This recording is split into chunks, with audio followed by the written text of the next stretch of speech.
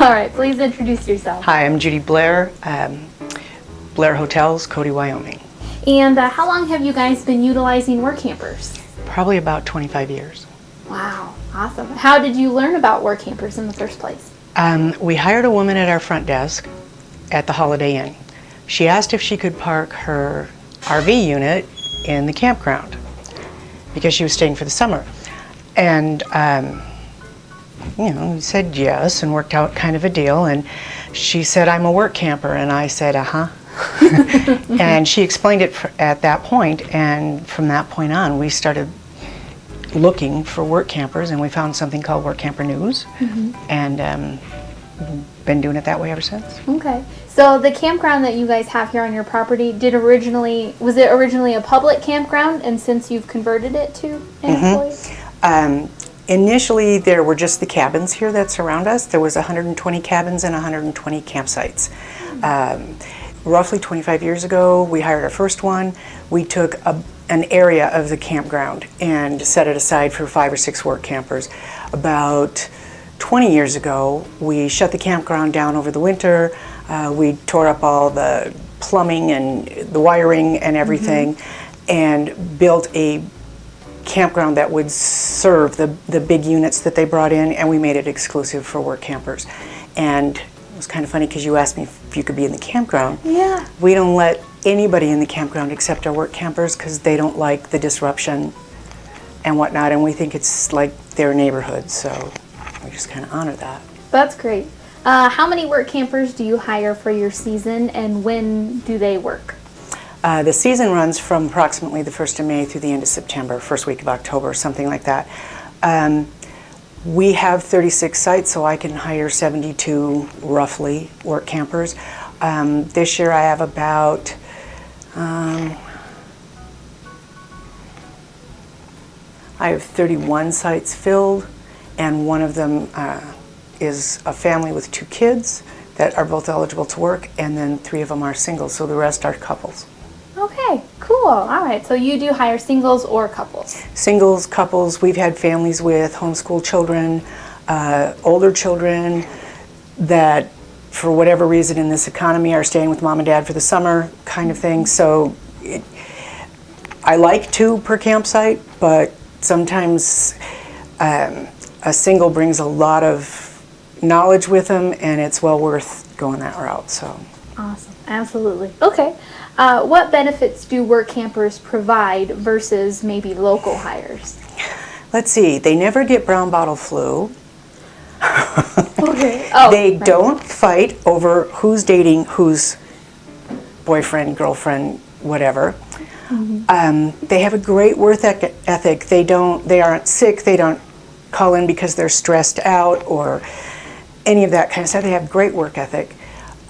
They bring so many skills. They come from so many different walks of life, from management to manufacturing to, they just bring so many skills with them that you're crazy not to take advantage of that. Awesome, absolutely.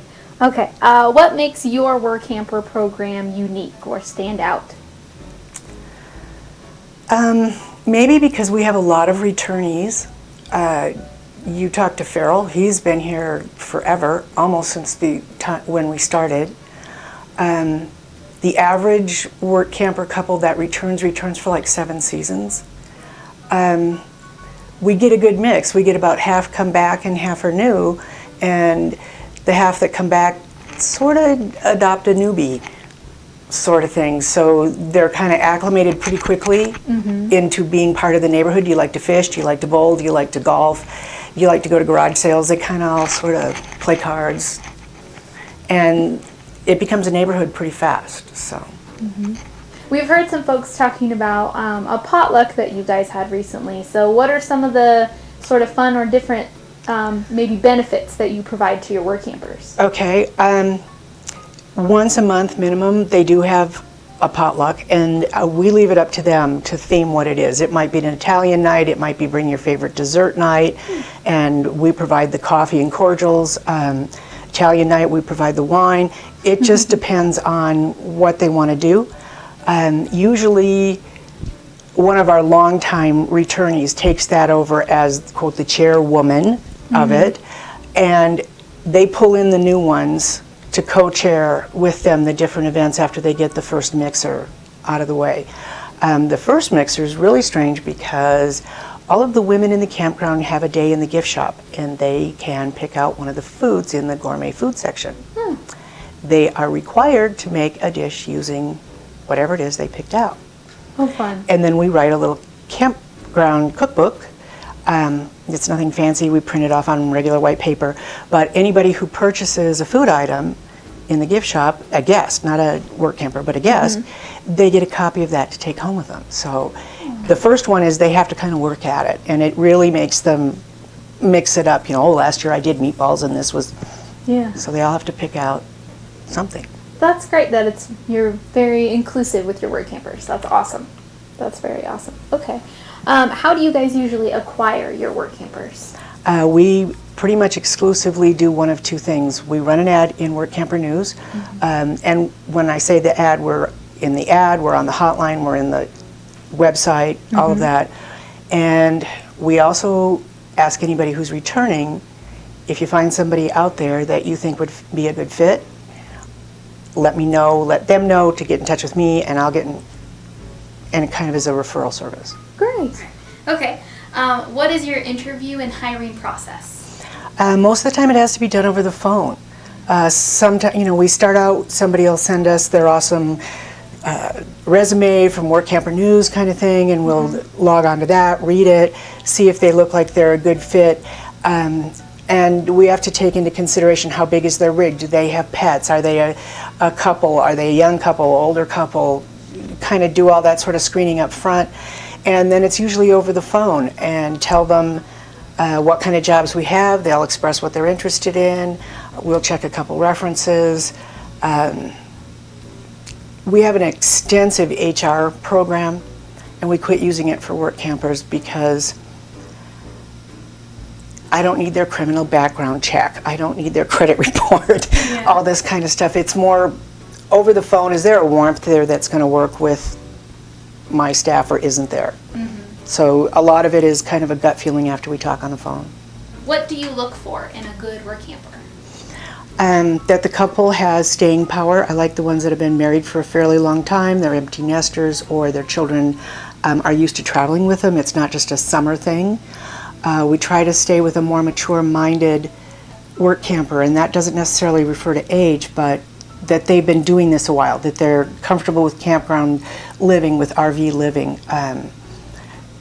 A brand new couple that's never done it before, that isn't used to being in the RV together, and they want to kill each other after the third day is like not a good fit.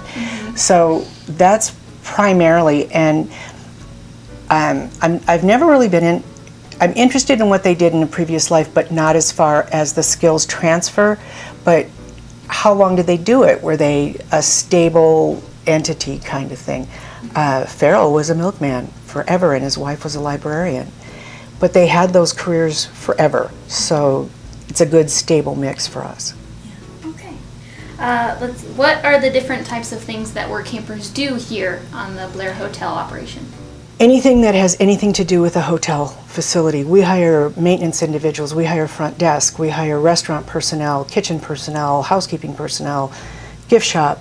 Front desk, we get reservationists that can deal with the telephone, people that can deal with the computer systems. Anything that I really don't have any limitation on what they can do here. Alrighty. And would you talk a little bit about the compensation and the perks that you provide to your work campers? New work campers start out at minimum wage, unless they are bringing me a phenomenal skill or they are taking a midline management position, and that's not very often. If they return each year, they're guaranteed a certain amount of money as an increase. We charge first-year campers a utility fee per day in the campground. It's $3 per person per day. At the conclusion of the season, if they stay for the time that they agreed, we refund $2 per person per day back to them. We have a retention bonus. If you maintain and stay the whole time that you agreed to be here, you get $2 per day or more, depending on the skill that you're bringing, the position you're filling, per person per day worked. That also is paid at the end of the season when you said you would stay through. Both of those things, if you leave for whatever reason, and some reasons are heart-rendering. I mean, it's I've got a sick daughter, or my mother's ill, or something like that. But if you leave before the time that you agreed to, and it's considerably, not 2 days, but before the time you agreed to, those two things are forfeit. Any returning work camper usually gets a bump in their bonus retention, and their utilities are dropped forever. Whether they come consecutive or subsequent years, I don't care. They never pay them again. Okay. So you do provide your work campers a full hookup site? It's full hookups, and then there's some minor things. They get employee rates at the hotels for their guests if they're coming. That's like a 25% discount off of whatever the rate is. They all get a 10% discount in the gift, or 25% in the gift shop, 10% in the restaurant. If they're going to stay at other hotels, we'll try and get them an employee. If they're going to go up to Billings and have an eye doctor appointment, we'll try and get them a Holiday Inn employee rate up there. So we pass those kind of things on, but those are lightweight. Our staff, they get their schedules at the time they agree, so they know what their days off are. There may be changes to that once they arrive, if they change positions or something happens, but pretty much they know when they're hired, I'm going to work Tuesday through Saturday in the mornings. And that way they can plan either where they want to go on their days off, or if they want people and family, friends to come visit them when they have days off. That's great. That's great. Okay. And you mentioned this a little bit already, but how many returning work campers do you have every year, or a percentage, if you know? Yeah, probably about half. This year, out of the 36 sites, we had 18 couples return.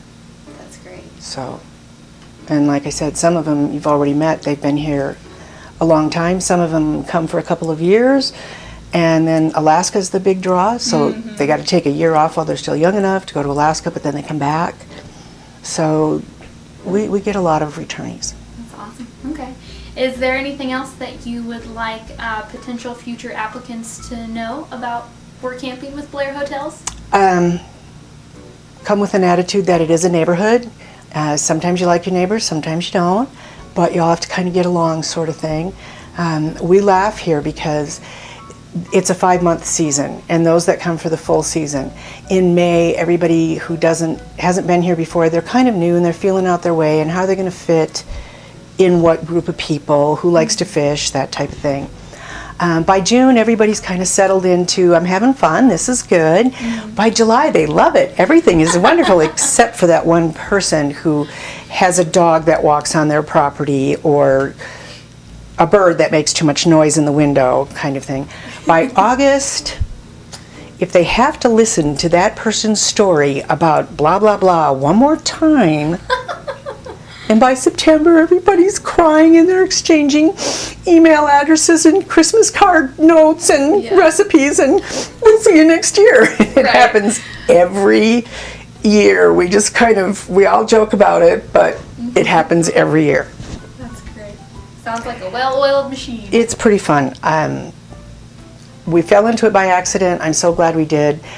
One of the properties is totally seasonal. We open the 1st of May, we close the end of September, and it's 100% work campers, from my housekeeping staff that returns every year, head housekeepers, management included. Farrell's our guest service manager, Tommy is our gift shop manager. Every position at the Buffalo Bill Village is held by work campers, so it works out just great for us. I mean, a lot of our clientele is seniors. There are no young kids with jacked up bags and lots of eye makeup going, those are totally rad. No, it's a nice lady with normal hair having a nice conversation and saying, I think your daughter would really like those earrings, or that type of thing. And it's all in their age group. I mean, Farrell's in his 70s. How could you get angry at Grandpa Farrell when he takes you to see a cabin. You can't. Right. You know, so No. all of our guests are happier, and I'm a lot happier. I have a great workforce, so.